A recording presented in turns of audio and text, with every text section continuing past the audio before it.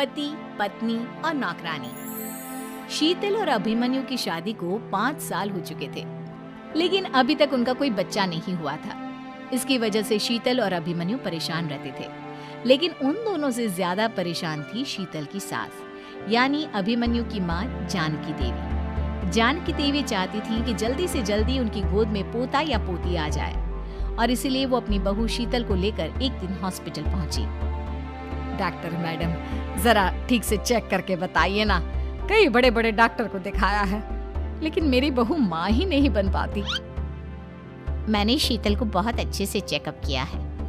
देखिए, बात यह है कि शीतल के अंदर माँ बनने की कैपेसिटी नहीं है। ये आप क्या कह रही हैं डॉक्टर साहब? कोई तो इलाज होगा ना, कोई दवाई दे दीजिए। देखिए, कुछ प्रॉब्लम ऐसी होती है जिनका कोई ट्रीटमेंट नहीं होता। आई एम सॉरी टू से, लेकिन शीतल कभी माँ नहीं बन सकती, क्योंकि उसके यूट्रस में अंदर से ही कुछ प्रॉब्लम है। घर आने के बाद क्या हुआ माँ? कहाँ लेकर गई थी आप शीतल को? अरे कहाँ लेकर जाती, डॉक्टर मैडम के पास ले गई थी, लेकिन तेरी बीवी तो कभी माँ बन ही नहीं सकती। मम्मी जी, इसमें मेरी क्या गलती? अगर अंदर से कोई प्रॉब्लम है तो उसमें मैं भी कुछ नहीं कर सकती। जानती हूँ, ये बात डॉक्टर के मुंह से सुन चुकी हूँ। अब दोबारा मेरे सामने इस बात का गाना मत गा। माँ, परेशान होने की जरूरत नहीं है, सोचते ना कुछ। अरे क्या सोचेगा तू? जब डॉक्टर कह चुका है कि तेरी बीवी माँ नहीं बन सकती, तो पता क्या सोचेगा तू? कहाँ से लाएगा बच्चा? माँ, ये तो मैं भी नहीं जानता। अभिमन्यु, क्यों ना हम अनाथ आश्रम से एक बच्चा गोद ले आए? क्या फर्क पड़ता है बच्चा हमारा हो या गोद लिया हुआ? आई बड़ी बातें बनाने वाली। क्या फर्क पड़ता है? अरे क्यों फर्क नहीं पड़ता? मुझे इस वंश को आगे बढ़ाने के लिए मेरे बेटे का खून चाहिए, किसी दूसरे का नहीं। लेकिन माँ, आप जानती हैं कि ये अब पॉसिबल नहीं है। मैं कुछ नहीं जानती।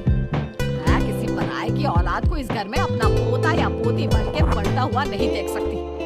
मेरा वंश मेरे बेटे के खून से ही आगे बढ़ेगा। लेकिन मम्मी जी, ऐसा कैसे हो पाएगा?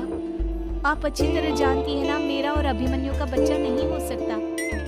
तो मैं अपने बेटे की दूसरी शादी करवाऊंगी और अपनी दूसरी बीवी से ये मुझे बच्चा पैदा करके देगा। ये आप क्या कह रही हैं माँ? मैं किसी और से शादी नहीं करने वाला। मेरे रहते हुए आप अभिमन्यु की शादी किसी और से करवाएंगी? मम्मी जी, आप ऐसा कैसे कर सकती हैं? तू बस देखती जा बहू, मैं ऐसा कैसे कर सकती। कुछ दिनों के बाद, अभिमन्यु, मैंने तेरे लिए लड़की ढूंढ ली है। माँ, मैं आपको कितनी बार समझाऊं? मुझे किसी से शादी नहीं करनी है। पहले मेरी बात सुन। ये जो चमेली है ना, हमारे घर में काम करने आती है, वो तुझसे शादी करने के लिए तैयार है। मम्मी जी, आप अभिमन्यु की शादी एक नौकरानी के साथ करवाएंगी? वो इसलिए क्योंकि चमेली दिखने में बहुत खूबसूरत है, बच्चा भी सुंदर ही होगा। मम्मी जी, लेकिन एक बच्चे के लिए अपने बेटे की शादी नौकरानी के साथ करवाना क्या ये सही है? अगर अभिमन्यु ने शादी नहीं की ना, तो मैं अपनी जान दे दूंगी। अब देख लो, अगर तुम्हें अपनी माँ की जान प्यारी है तो तुम्हें इस नौकरानी के साथ शादी करनी ही होगी। इस तरह जानकी देवी अपने बेटे अभिमन्यु की शादी नौकरानी चमेली के साथ करवा देती है। कुछ दिनों के बाद, नौकरानी से मालकिन बन के तो मजा आ गया। अब तो मैं इस घर की मालकिन हूँ। देखो, अपने आप को ज्यादा मालकिन समझने की कोशिश मत करो। एक बार तुम्हारा और अभिमन्यु का बच्चा इस दुनिया में आ जाए, उसके बाद तुम इस घर से हमेशा के लिए चली जाना। अरे जाओ जाओ, किसी और के आगे बातें बनाना। एक बच्चा तो पैदा नहीं कर सकी।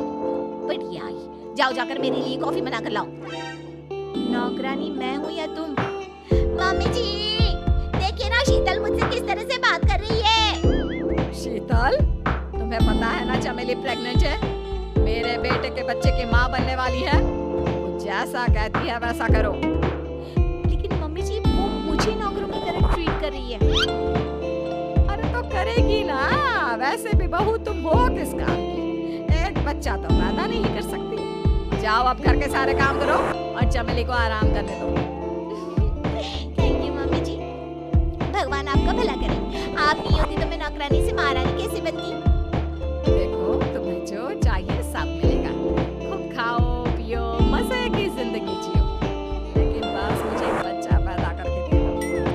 दिनों के बाद। मम्मी, बच्चे के लिए आपने मेरी शादी चमेली के साथ करवा तो दी, लेकिन दिन और रात का चैन मिट गया है।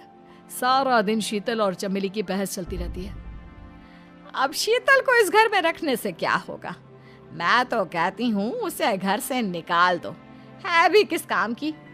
मैं ऐसा नहीं कर सकता माँ, वो मेरी पत्नी है, उससे बहुत प्यार करता हूँ मैं। तुम्हारी पत्नी चमेली है, चमेली, उससे प्यार करो। अरे तुम्हारे बच्चे को जन्म देने वाली है वो। अभिमन्यु, मैं खुद ही इस घर से चली जाती हूँ। वैसे भी अपने ही घर में नौकरों की तरह रहकर परेशान हो चुकी हूँ। घर की नौकरानी मेरे ऊपर हुक्म चलाती है, वो तुम्हारी पत्नी बन चुकी है। अब मेरा इस घर में क्या काम? अभिमन्यु के बार बार रोकने पर भी शीतल उस घर से चली जाती है। कुछ दिनों के बाद चमेली एक बच्चे को जन्म देती है।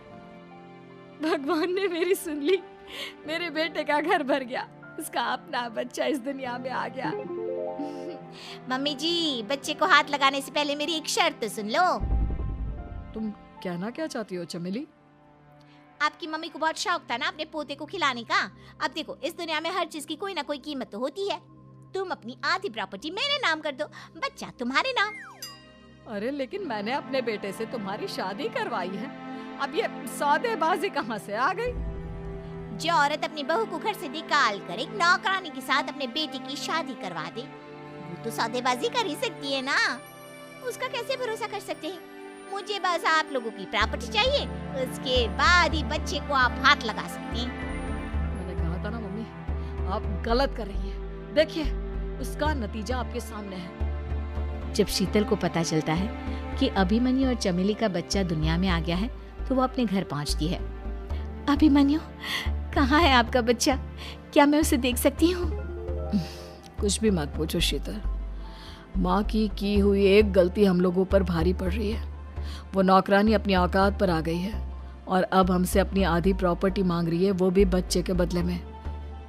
एक बात कहूँ अभिमन्यु, आप उससे कुछ भी देने से मना कर दो। अरे कैसी बात कर रही हो? मेरे बेटे की औलाद है उसके पास, ऐसे कैसे मना कर दे? मम्मी जी, वो अभिमन्यु का बच्चा नहीं है, वो चमेली और उसके बॉयफ्रेंड का बच्चा है। ये तुम क्या कह रही हो शीतल?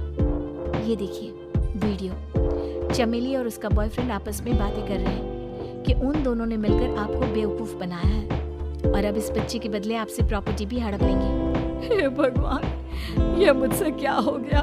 ना तो बच्चा मिला और अपने बेटे की नौकरानी के साथ शादी करवा दी, सो अलग। अब क्या होगा?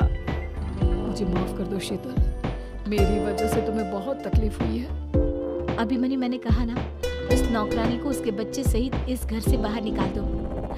लगता है मेरे अभिमन्यु का बाप बनने का सपना अधूरा ही रह जाएगा। अभिमन्यु, अपनी मम्मी से कहो कि परेशान ना हो। आपको याद है एक बार हम एक IVF सेंटर गए थे, मैंने फिर से वहां जाकर बात की थी और आपको पता है इस बार मैं प्रेग्नेंट हूँ, क्योंकि हमने वहां पर प्रोसीजर करवाया था जिसकी वजह से मैं प्रेग्नेंट हो गई थी और इस बात का पता मुझे बस कुछ महीने पहले ही लगा है। हमारा बच्चा इस दुनिया में आने वाला है अभिमन्यु। मुझे माफ कर दो शीतल बहू, मुझसे बहुत बड़ी गलती हो गई। कोई बात नहीं माँ, लेकिन अब हमें उस धोखेबाज नौकरानी को इस घर से बाहर निकालना है और इस घर की मालकिन को वापस घर लाना है, वो भी अपने बच्चे के साथ।